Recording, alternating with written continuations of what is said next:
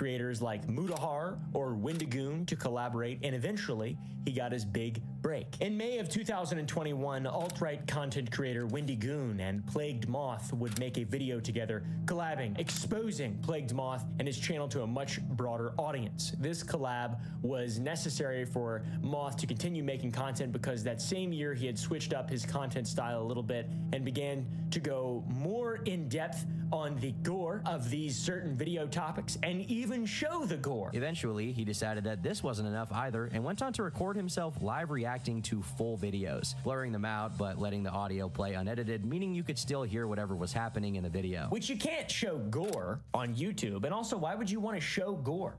That's weird. Last time I showed gore, I lost an election by 300 votes to Bob Dole. I don't know. Al Gore? Something about election being stolen in Florida in the year 2000? I'm not sure. Bob Dole? Who's Bob Dole? What the f? Who's Walter Mondale? That's my father's name. Kamala Mondale. A lot of his new uploads were him live reacting to gore with the video audio still playing in the background. YouTube already didn't like his content, and adding gore audio and live reactions certainly didn't help. So all of his videos were demonetized as soon as they were uploaded, and the Wendigoon collaboration was necessary in order to extend his career. Not only did it bolster his viewership and sub count, but it also boosted his Patreon support, which was his main source of income. Now, there's a lot of crazy stuff that's been on YouTube, to be honest, and one of the very first videos I uploaded to my channel many moons ago was me live reacting with my friend the Swollen Gamer to cake farts.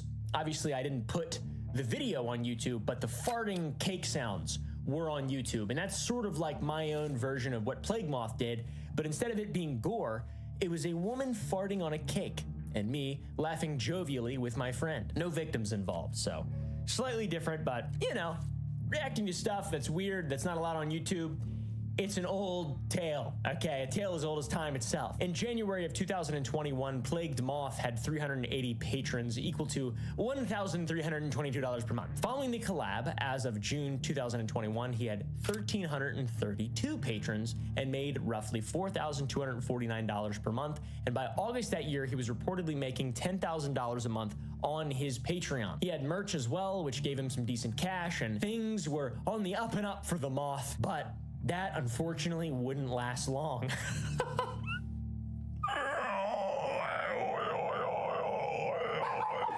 So what exactly did Mr. Plague Moth do?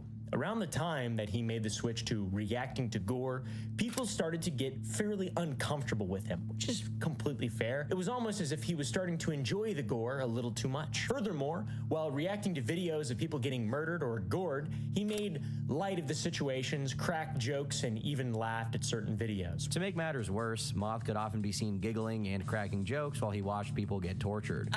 You know, there's something to be said about comedy and stuff. It's pretty good. I'm on a podcast called The Red Thread. Sometimes when I read things that are inappropriate, I laugh, and it's not because it's like I think it's awesome and funny. It's because I feel so insanely uncomfortable that I laugh. It's not because I'm a psychopath, but it's because you could maybe say that or whatever, but it gets way worse, I promise. It gets substantially worse for this guy. This, however, is where he first entered into controversy, as people, specifically in the gore community, which is a real thing, and the adjacent communities, started to dislike him. May 16th, a thread was created on the Mondo Gore subreddit, one of the largest gore communities, about their dislike for Plagued Moth. The thread quickly erupted in replies, people saying that his content was low effort and low production value, and his topics were saturated and rehashed as he repeatedly revisited stories. People also took issue with Moth's overtly edgy personality, with him calling himself things like the Gore God and herder of feelings. Like many people outside of the gore communities, they were all sort of turned off by his extremely disrespectful reactions to the people and victims in the videos that he's watching, the snuff films and gore, and I don't know, dude, it just seems weird. Like, that's your whole thing, is just it's weird, right? One video in particular really turned people off of his content. The title of the video was One Girl 99 Stomps, which consisted of CCTV footage of a man mugging a young girl and then curb stomping her to death. In this video, Moth was laughing and joking around as usual, but what upset people the most was when he began to count the stomps like Dracula from Sesame Street, insulting the victim and minimizing the seriousness of the situation. And I'm going to do something more messed up. I'm going to count how many stomps actually happened because I'm curious. You can judge me all you want. You kindly don't care at this point. What was even crazier is that this video was not age restricted, and this exposed another major problem surrounding Plague Moth's content. The reason why 99 Stomps is an important video to understanding all of this is because this is the video that got autoplayed at me. Since Moth did not think age restricting a video that contains footage of a 15-year-old being murdered was a good idea, especially considering the commentary. You see, his content was catered towards a younger audience, like most of YouTube. If someone says they're making videos for adults, they're probably lying, or they're just not accurately interpreting the information that YouTube is giving them. I have a lot of insight regarding Moth as I was directly in touch with him for a while. Honestly, the most disgusting part of this entire thing is that he is 100% going for a minor-only audience. Proof of that is his Discord, which is filled with they/thems in these cute flowery pictures as profile pictures. I'm sure you get the idea. On the final note, I find it quite hilarious that he now has multiple videos regarding mixtapes, yet he knew exactly who made the compilation that essentially boosted his entire career from the get-go. He still tries to downplay it to his minor-filled audience as some mysterious dark web thing, while we knew from the day it was given to him who made it, and he's admitted to knowing that as well. YouTube generally has a younger audience, that's true. Definitely,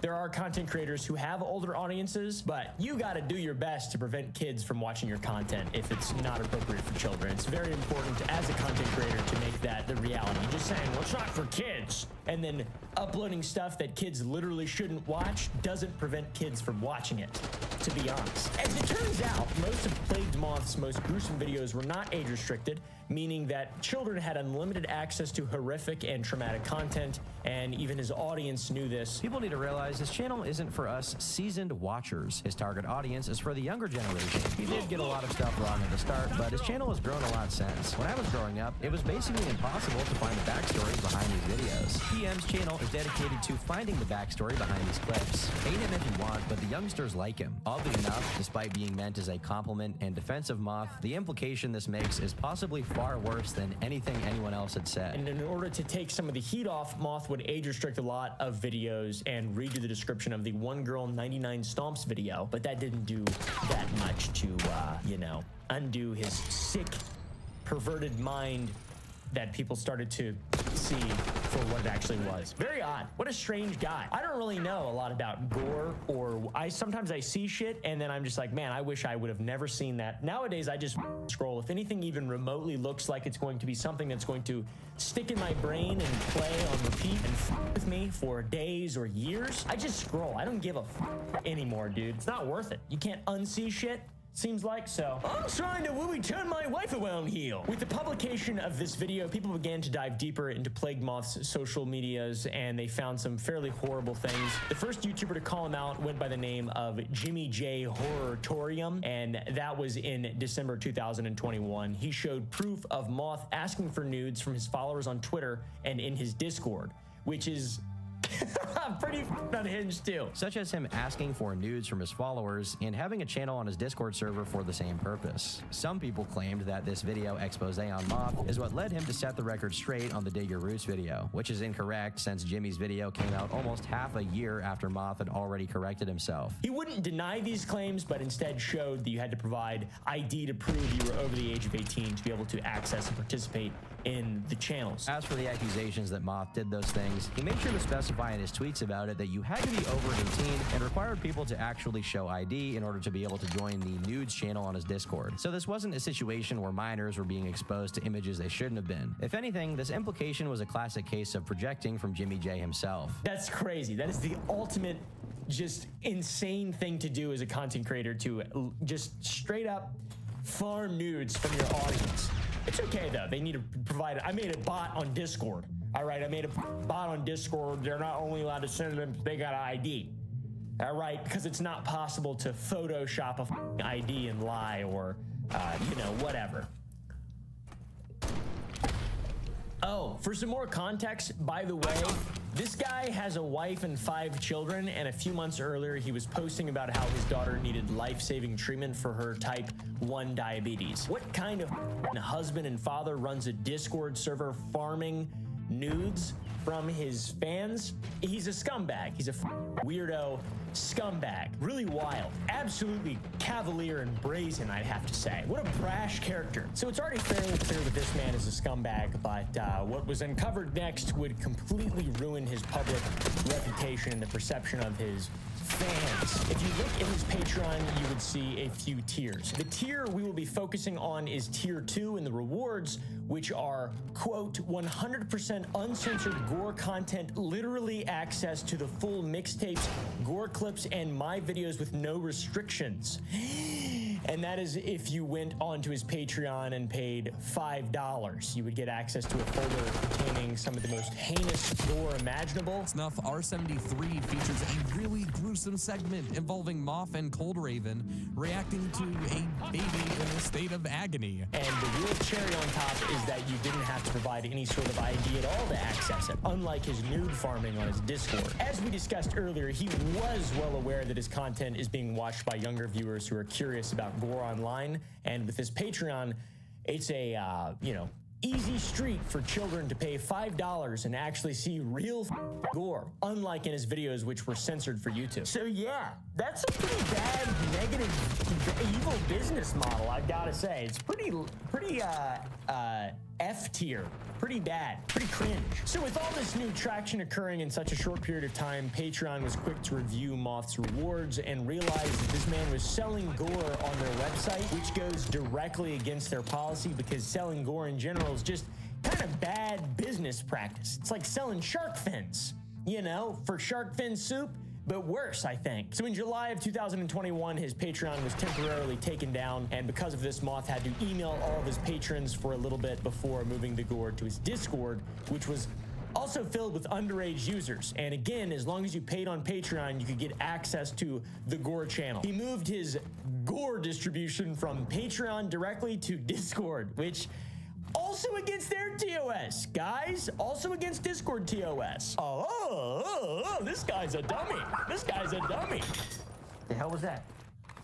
Somebody dropped a damn coin. He would try to deny that these channels existed, but his mods would contradict him and say that they did exist. Within the Gore channel, there were 3 sections: censored videos, uncensored videos, and Moth's infamous 4 documentary, which we will talk about more later. With all this new hate, Plagued Moth decided the best idea was to go on Twitter and call these people out. The people who find his content repulsive and bizarre, and the people who claim that he is exploiting dead people for money. In a way, he vilified himself and made it a part of his identity. From this point on, the adult married man with 5 kids would play the victim. There's no way he could be in the wrong, but it gets worse. It gets a lot worse. The infamous 4, the little documentary I talked about earlier, is a documentary put together by Moth covering depraved gore online, completely uncensored, and with Moth making goofy commentary. This documentary was exclusive to the Patreon and could only be viewed if you paid $5. And as far as his content goes, it's not that different from the rest of his content, except for the fact that during the introduction, he included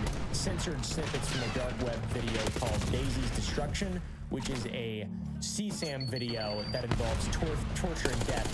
It's insane to even...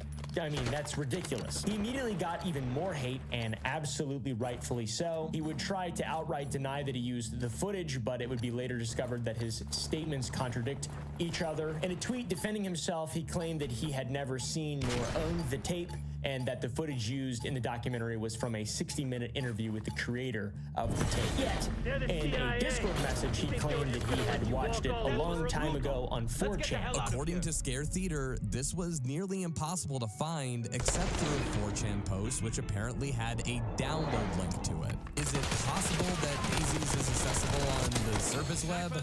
Sure, but I sure as hell never had to deal with jump scares like that. So, I don't know if that's true, and whether or not the video is censored, it's still CSAM in a video, CP in a video, which is one of the most depraved things a human being who is like making money off the internet can do. It's just crazy. Absolute sickening nonsense. The edgiest married man with 5 kids in the world who calls himself Gore God. So edgy. At some point, though, you're no longer edgy and you're just a criminal weirdo. You're just,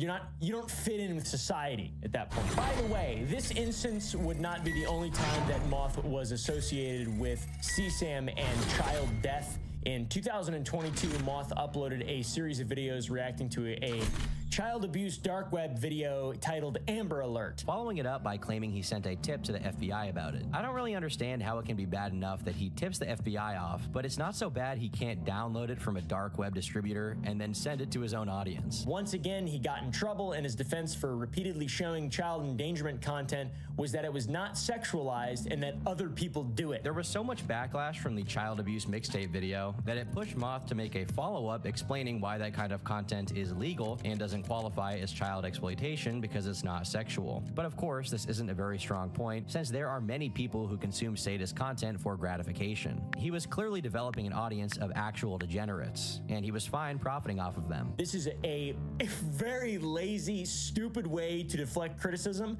but I'm sure your parents at one point or another have told you if your friends jumped off a bridge, would you?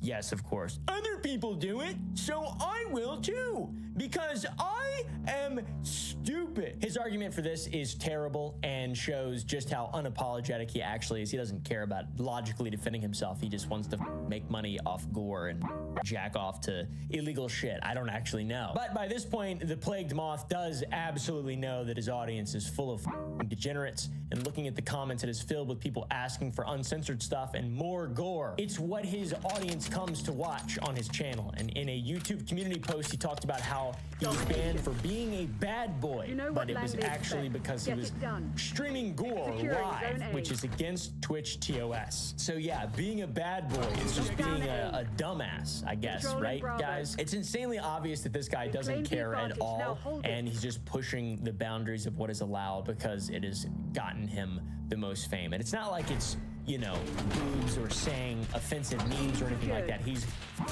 showing gore. He's feeding gore to his child audience of degenerates. He's ruining people's minds. It's not even debatable. It's just so much worse. I got a strike for being a bad boy on Twitch. The idea of being a content creator, curating content that includes Amber Alert footage and Daisy's destruction footage, clips, whatever, and having those readily available. I just can't imagine being that guy. And also having a wife and 5 children. I mean, God bless them. What's even worse is that mods on Plagued Moth's Discord admitted to watching CSAM and claimed that they did it as a study. Almost half a year after their conflict began, in January 2022, Moth brought up Fergie again, claiming he watched and justified it as a study. At one point, Moth sent a disclaimer out to all users of his server, saying, if anyone with a username Fergie the one and only, or anything of that variation messages you, please be warned that he is a PDF file who has a 14-year-old furry neo-Nazi boyfriend. And in a Discord full of minors, this is incredibly dangerous because this mod was also 15 years old, and who knows where he found that material. Was it Moth? Did Moth give it to him? I have no idea. In a video posted 2 weeks ago, a YouTuber named Slime Beast, who had beef with Moth for exposing him, posted a 5-minute compilation of Moth openly admitting to watching CSAM. The most disturbing topic I've actually covered. We're losing Alpha. Kind of hard to say, I guess. Probably the TikTok thing. And then actually take that back. That was pretty bad, but the most recent, the Sophie Ryan thing, that's probably the worst because there's actual, like, I had to see some fuck shit for that one. So yeah, that's pretty bad. Kind of a big, gigantic, massive L. He posts gore and allows children to view uncensored gore for profit while also shilling CSAM to that same audience. This guy takes absolutely no accountability because he is a personified villain, and now anything he does is just people being overly sensitive if they criticize him in any way. So, also, his channel's gone now. His channel got deleted. This guy's a professional herder of feelings. Such an edgy edgelord. Also, did I mention he's married with 5 kids? Imagine being a father and having 5 children, and your parental instinct to protect children is so weak, and your parental instinct, your instinct to just be a good person is so weak that on career day at school, you go to your daughter or son's class and show up and they're like, hey, I got a gore channel, actually, is what I do. I watch CSAM and videos like Daisy's Destruction and Amber Alert. So, you know, I'm kind of a badass, pretty much. I'm a herder of feelings professionally online. Very strange, to be honest. Anyways, while all this was going on, he and his wife were defending their actions, which only deteriorated their reputations even further. In 2023, Moth was fed up with all these YouTubers trying to expose him, so he started making allegations. And as highlighted earlier, Plague Moth and Slime Beast do not get along. Great names, by the way. And last year, he went on a tirade accusing Slime Beast of also watching CSAM being a R-word and doxing him and his family, accusing him of stalking, filing false DMCAs against Slime Beast, and all of that for it to just be completely debunked. Plague Moth immediately went insane, telling me to kill myself and posting a litany of false allegations, all of which were easily and completely disproven in the video I made immediately after he posted his. I've come to see Plague Moth as the biggest hypocrite on the website. He complains about false DMCAs, yet he files false DMCAs all the time. He filed one against me because of an 11-second clip. Moth also admitted to watching CSAM on stream while talking with Slime Beast, so I don't even know how you could defend any sort of behavior. This guy's a total piece of shit. The clip that he DMCA'd was of him and me talking on a live stream, in which he said that he watched CP. Have you ever seen Daisy's Destruction? No, I have not. Do you know what it is? Do you know what it is? Yeah, you have seen it. No. Do you know what it is? Okay, sure. He filed a copyright strike for no other reason than to hide that evidence. I mean, yeah, people hate him, and it makes sense. A lot of people were really upset by this guy. He also had beef with another YouTuber, That Creepy Reading, who fully exposed Moth for supplying young viewers with gore without IDing them by simply buying the Patreon reward, getting access to the server, and taking screenshots. Easy layup, I guess. So here's the problem. How would you get into the server that was invite only via Patreon? Or I would have to invite you when I've never heard of you. But then you donate $5 allegedly to get access to this grotesque theater of gore. Now, why would you donate in the first place? That's a good question, but the story falls through right there. That's a lie. Again, that's why he has no credible screenshots. That's why everything's 2021 and Pee-wee funds. Moth also blamed TCR for his Patreon getting taken down at that time. According to Patreon, they conducted their own investigation and reacted accordingly. He randomly tagged me in my video today because he's the one who got my Patreon deleted for false reasons, which I'm actually talking to supervisors over at Patreon about what legal action to take next between them and him for fraudulently reporting my account. If Moth really had a contact that he was communicating with to get me in some sort of trouble and get his channel reinstated, why is my Patreon still up? They have done nothing against my false flag. Maybe it's because my flag was not false, and for some reason, Moth's definition of gore does not include videos that were made literally 2 years ago being sold in 2023. He was supposedly talking with a Patreon rep to seek legal action against TCR, but we all know that's not true because he was literally selling gore on their website, and there's no way that Patreon would ever align themselves with anyone like Plagued Moth. His wife, by the way, supports him 100% and joins in on threads defending him. When user Morphine Rat simply posited Moth had been acting weirder, Moth's wife Andrea replied, white knighting for him and gratuitously attacking the original poster. Now, however in bad form this may have been, it was just a drop in the bucket compared to what was about to come. And posting YouTube videos defending her husband. And to be frank with you all, they both are disgusting human beings. Just ugly beasts of human beings. With the information I gathered, this is the price of the average home for these decades. To be fair, I did get the percentage increase for each decade. The way they talk about even each other and other people just shows their immaturity, and it's scary to think that they have multiple children, more than one child. I cannot believe they have children. It's crazy. They literally discuss their sex life jokingly when replying to hate comments. In their minds, they're absolutely owning these people, hurting feelings, and just being the biggest edgelords of all time. But in reality, they're embarrassing themselves on a level that is difficult to even articulate. What's also crazy is that Moth doesn't like when people talk about his family, but he insults other people's families as well. So very crazy. If you could imagine him also being a massive, weak hypocrite. He's a permanent victim, and that is partially the reason why we talk about him even today. If you could believe it, he's back to accusing people of being amongst awful other accusations. By the way, his YouTube channel was officially removed pretty recently, and he's moved on to Rumble, guys, which is a great website. Let's see, Plagued Moth. It's still on here, I think. Oh, wow. This user loves gore and body horror. Oh, that's awesome. Nice, 100 views. Very good. That's pretty good stuff. That's a lot of views. 300 views, 200 views, 265 views. This guy's a weirdo. This is mind-blowing. Interesting content to make for sure.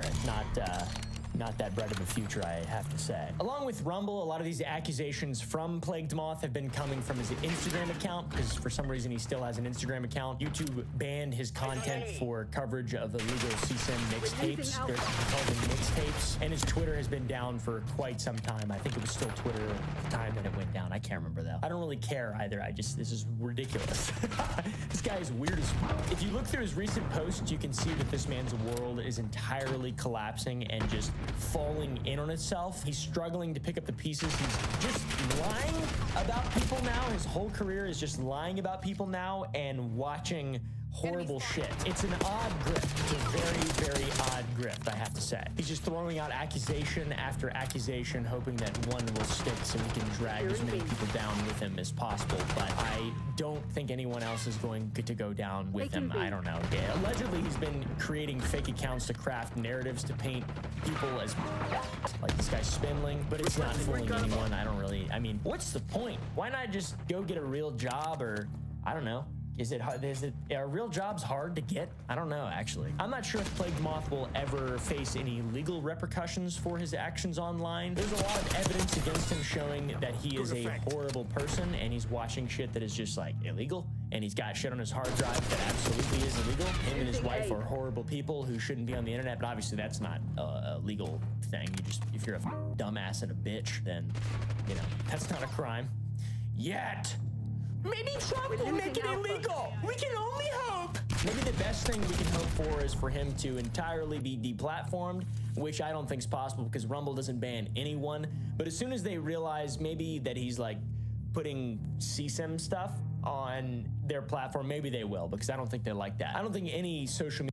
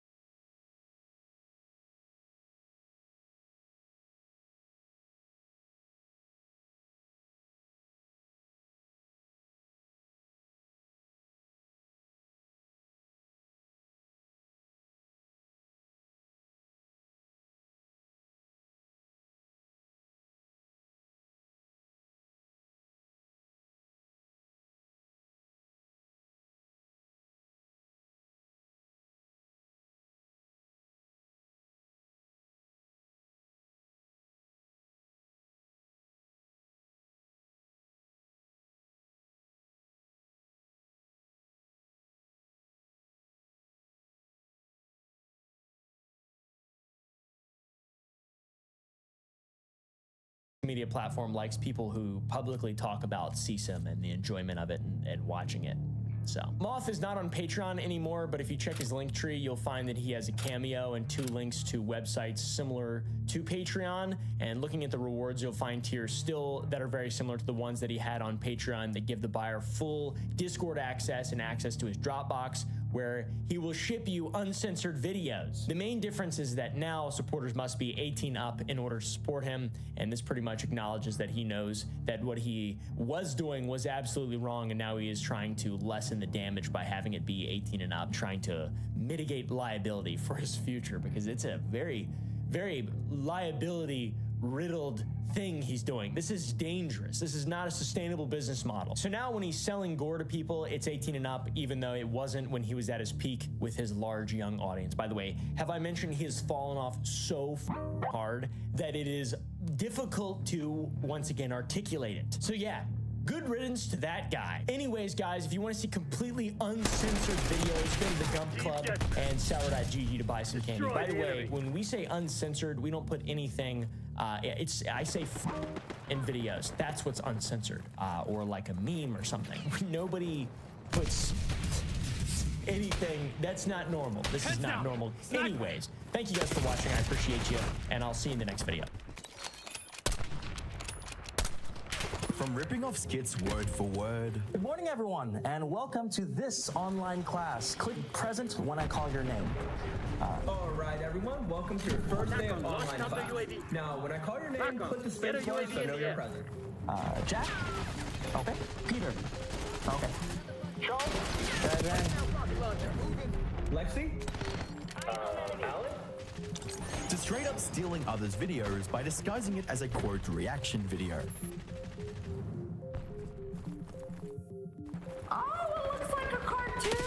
Content theft is a massive problem on YouTube, and it only seems to be getting worse. Occasional you laugh you lose videos are one thing, but entire channels built around recycling someone else's content, that's a whole nother level of shamelessness. These content thieves steal others' content, profit off it immensely, and don't even bother crediting the original creators, let alone asking for their permission. That said, even among the many content farmers on YouTube, there are a few who take things a bit too far.